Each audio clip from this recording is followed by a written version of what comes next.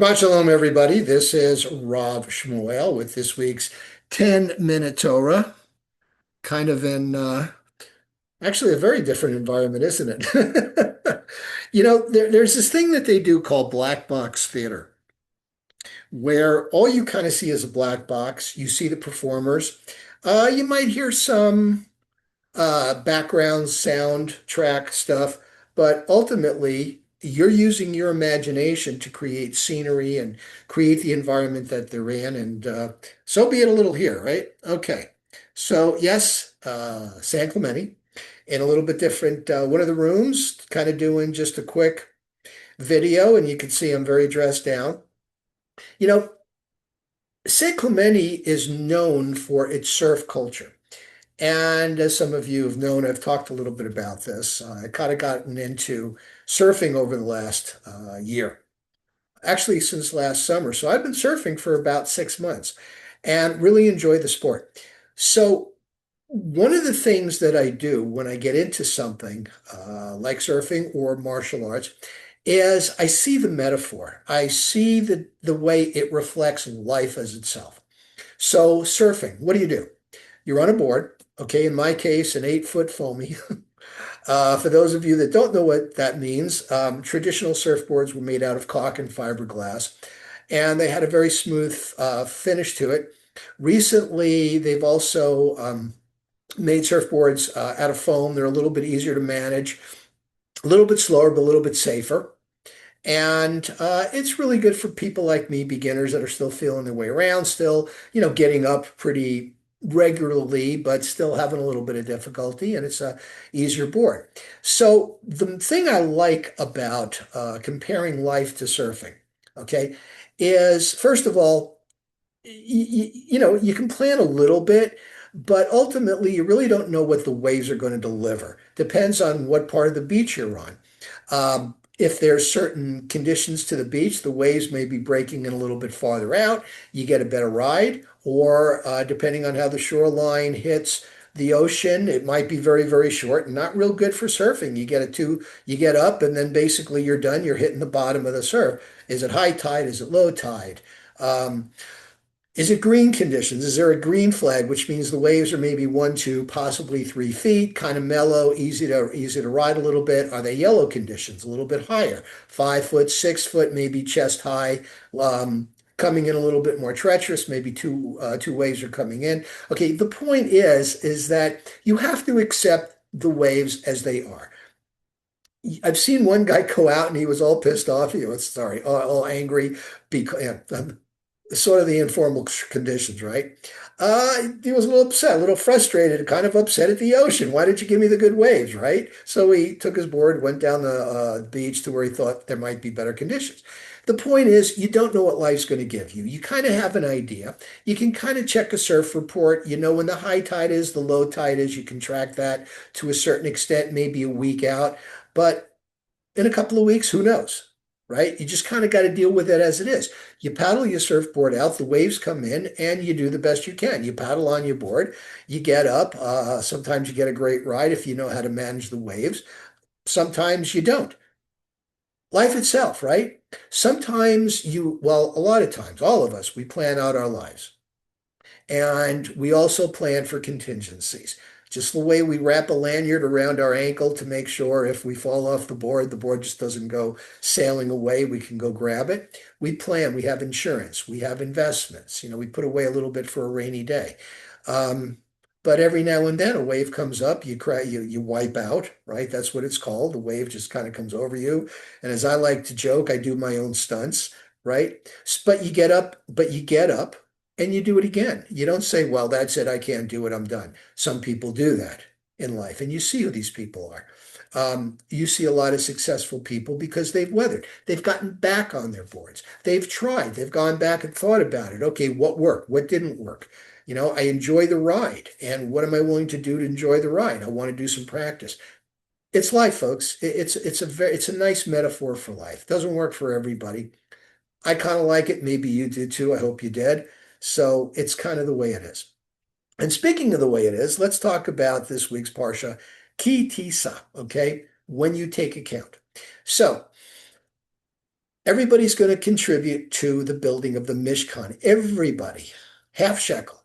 Not much to ask. Everybody, rich or poor, whatever your status and your and the socio and you rung on the socioeconomic ladder you are, you can afford a half shekel. No exceptions. Everybody gives a half shekel to the upkeep of the Mishkan, the tabernacle, the portable temple that they've created. I always like to compare it to the MASH, right? A mobile army surgical hospital. That's what MASH stood for. This is a mobile Jewish, we'll come up with a nice little anagram on that. The mobile temple. Call it a mat or something, right? So God's telling Moses, take a half shekel from all those who are 20 years and older, people who are eligible and old enough to go out and, fight for their people. Okay? No exceptions. There is some discussion in the Talmud as to whether the Levites were under that order, whether they too had to give a shekel, since they weren't eligible to serve in the army. Their eligibility as ministers was serving in the temple. That's what they did. So whether they did or not, whether they gave the half shekel or not, kind of up to them. No sooner, before I forget, let's not leave this out. God makes the point, you are giving this as an atonement.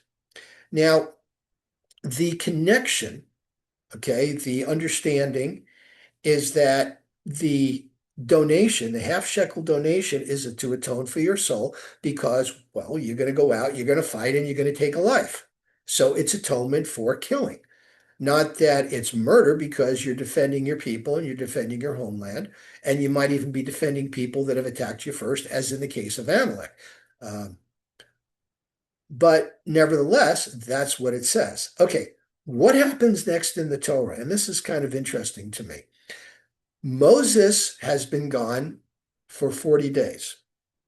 The people are freaking out. Where is Moses? It's been 40 days. Why isn't he back yet? Now, the issue was that, yes, Moses went up to Mount Sinai to get the Ten Commandments, and they thought he'd be down after 40 days. What they didn't count is the day that it took for him to go up the mountain. Or actually, they did count it as one of the days, and it wasn't.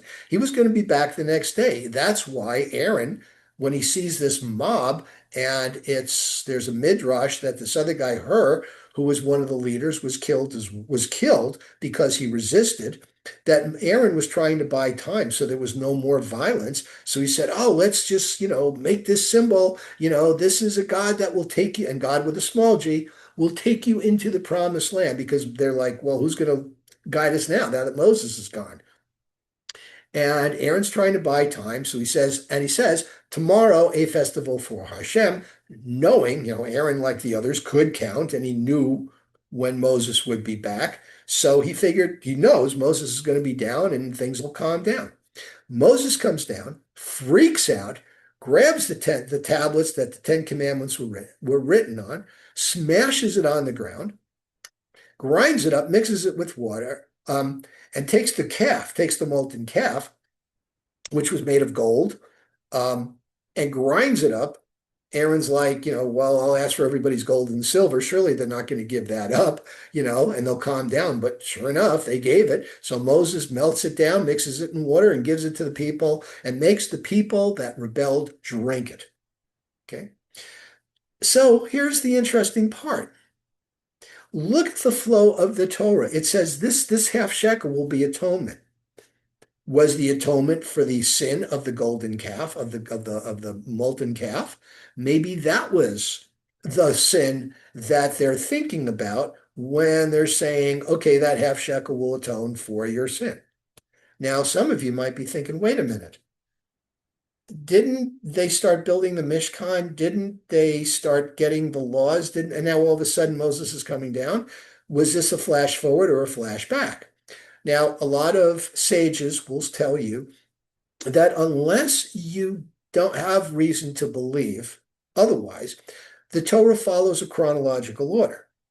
A lot of sages will say This is an example of when the Torah does not follow a chronological order. Because, we saw three parshas ago, Moses gets the Ten Commandments. Then there's, in Yithro. Then we get Mishpatim, whereas we get all these various laws about, treating slaves well, about boundaries, about Shabbat. Then we get instructions on how to make the Mishkan, how to make the furniture, how to dress the Kohanim, and now all of a sudden we're back to Moses is still up on the mountain for 40 days and 40 nights. So where's the order here? And this is why the sages say that. Now, what's the purpose in doing this? Is it to show, hey guys, look what you could have had. Look what was planned. Okay, look at the beach. You could have gone out, you could have surfed in some really great waves and had some really great rides, but instead, you freaked out. You thought that the weather was bad. You wrecked your boards, and now you can't go out.